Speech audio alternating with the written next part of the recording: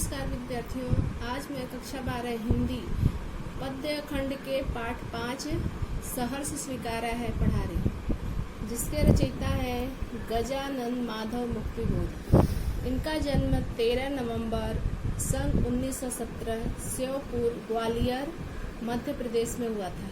इनकी प्रमुख रचनाएं हैं चांद का मुंह टेढ़ा है, भूरी भूरी खाक धूल कविता संग्रह है, काठ का सपना, विपात्र, सतह से उठता आदमी कथा साहित्य है, कामायनी एक पुनर्विचार, नई कविता का आत्मसंघर्ष, नए साहित्य का सौंदर्य शास्त्र। अब आखिर रचना क्यों नाम से समीक्षा की समस्याएं, एक साहित्य की डायरी आलोचना है, भारत इतिहास और संस्कृति। इनका निधन 11 सितंबर सन 1964 में नई दिल्ली में हुआ था। हार का बदला चुकाने वाले संकल्प धर्मा कवि मुक्तिबोध का पूरा जीवन संघर्ष में बीता। उन्होंने 20 वर्ष की छोटी उम्र में बड़नगर मिडिल स्कूल में मास्टरी की। तत्पश्चात सुजालपुर, चैन, कोलकाता, इंदौर, मुंबई, बेंगलोर, बनारस, जबलपुर, राजनांदगांव आदि स्थानों पर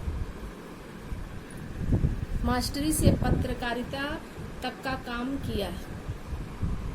कुछ समय तक पाठ्य पुस्तकें भी लिखी। छायावाद और स्वच्छंदवादी कविता के बाद जब नई कविता आई तो मुक्तिबोध उसमें अग्रगणी कवि थे। अब इनके द्वारा रचित कविता सहर्ष स्वीकारा है पढ़ रही। सहर्ष स्वीकारा है। जिंदगी में जो कुछ है, जो भी है, सहर्ष स्वीकारा है। यहाँ पर कवि मुक्तिबोध कह रहे हैं कि उन्हें जिंदगी में जो कुछ भी मिला है उसे उन्होंने सहजता से स्वीकारा है। एक होता है स्वीकारना और एक होता है खुशी खुशी स्वीकारना। तो इनको जो भी मिला उसे वे खुशी खुशी स्वीकारे, इसलिए कि जो कुछ भी मेरा है वह तुम्हें प्यारा है। और इन्होंने खुशी खुशी इसलिए स्वीकारा क्योंकि इनका जो कुछ भी है वह तुम्हें प्यारा है। तुम्हें यानी इनकी प्रेयसी, वह कोई भी हो सकती है, प्रेरणा देने वाली माँ हो सकती है, बहन हो सकती है, प्रेमिका हो सकती है, पत्नी हो सकती है। वो उनकी प्रेयसी को प्यारा है, इसलिए उनको जो भी मिला उसे उन्होंने खुशी खुशी स्वीकारा है। क्योंकि इनका मानना है कि जो कुछ भी है वो इनकी प्रेयसी की वजह से इनकी जिंदगी में है। चाहे वह गर्वीली गरीबी, ये गंभीर अनुभव सब, यह विचार वैभव सब। चाहे वह गर्वीली गरीबी, इन्होंने यहाँ पर गरीबी को गर्वान्वित किया है, मतलब गरीबी जो है उसे सम्मान दिया है। चाहे यह गंभीर अनुभव, मतलब इनको जीवन में जो भी गंभीर अनुभव प्राप्त हुआ हो, गरीबी प्राप्त हुआ हो, या वैभव विचार, जो कुछ इनकी विचार की उच्चता, जो कुछ भी इन्हें मिला है उसका श्रेय ये अपनी प्रेयसी को देना चाहते हैं। दृढ़ता यह भीतर की सरिता, यह अभिनव सब मौलिक है और इन्हें दृढ़ता, जीवन में दृढ़ रहने की, या फिर भीतर की सरिता, इनके अंदर जो विचारों की सरिता नदी बहती रहती है, वो नया रूप लेकर जब इनके मौलिक विचार, मतलब खुद के इनके स्वतंत्र विचार जो कुछ भी है वो सब ये अपने प्रेयसी द्वारा दिए गए हुए मानते हैं।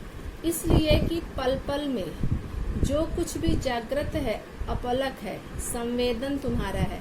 और जो दिखाई दे रहा हो या नहीं दिखाई दे रहा हो, या इनके हृदय में जागृत रूप से हो या अप्रत्यक्ष रूप से हो, जो कुछ भी इनको प्राप्त है वो सब इनकी प्रेयसी की वजह से प्राप्त है। जाने क्या रिश्ता है, जाने क्या नाता है।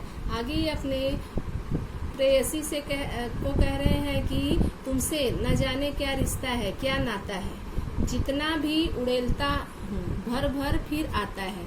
और क्या कह रहे हैं कि यह उनके प्रेम को जितना भी खत्म करना, खाली करना चाहते हैं, उतना भी इनके हृदय में बार बार भर जाता है।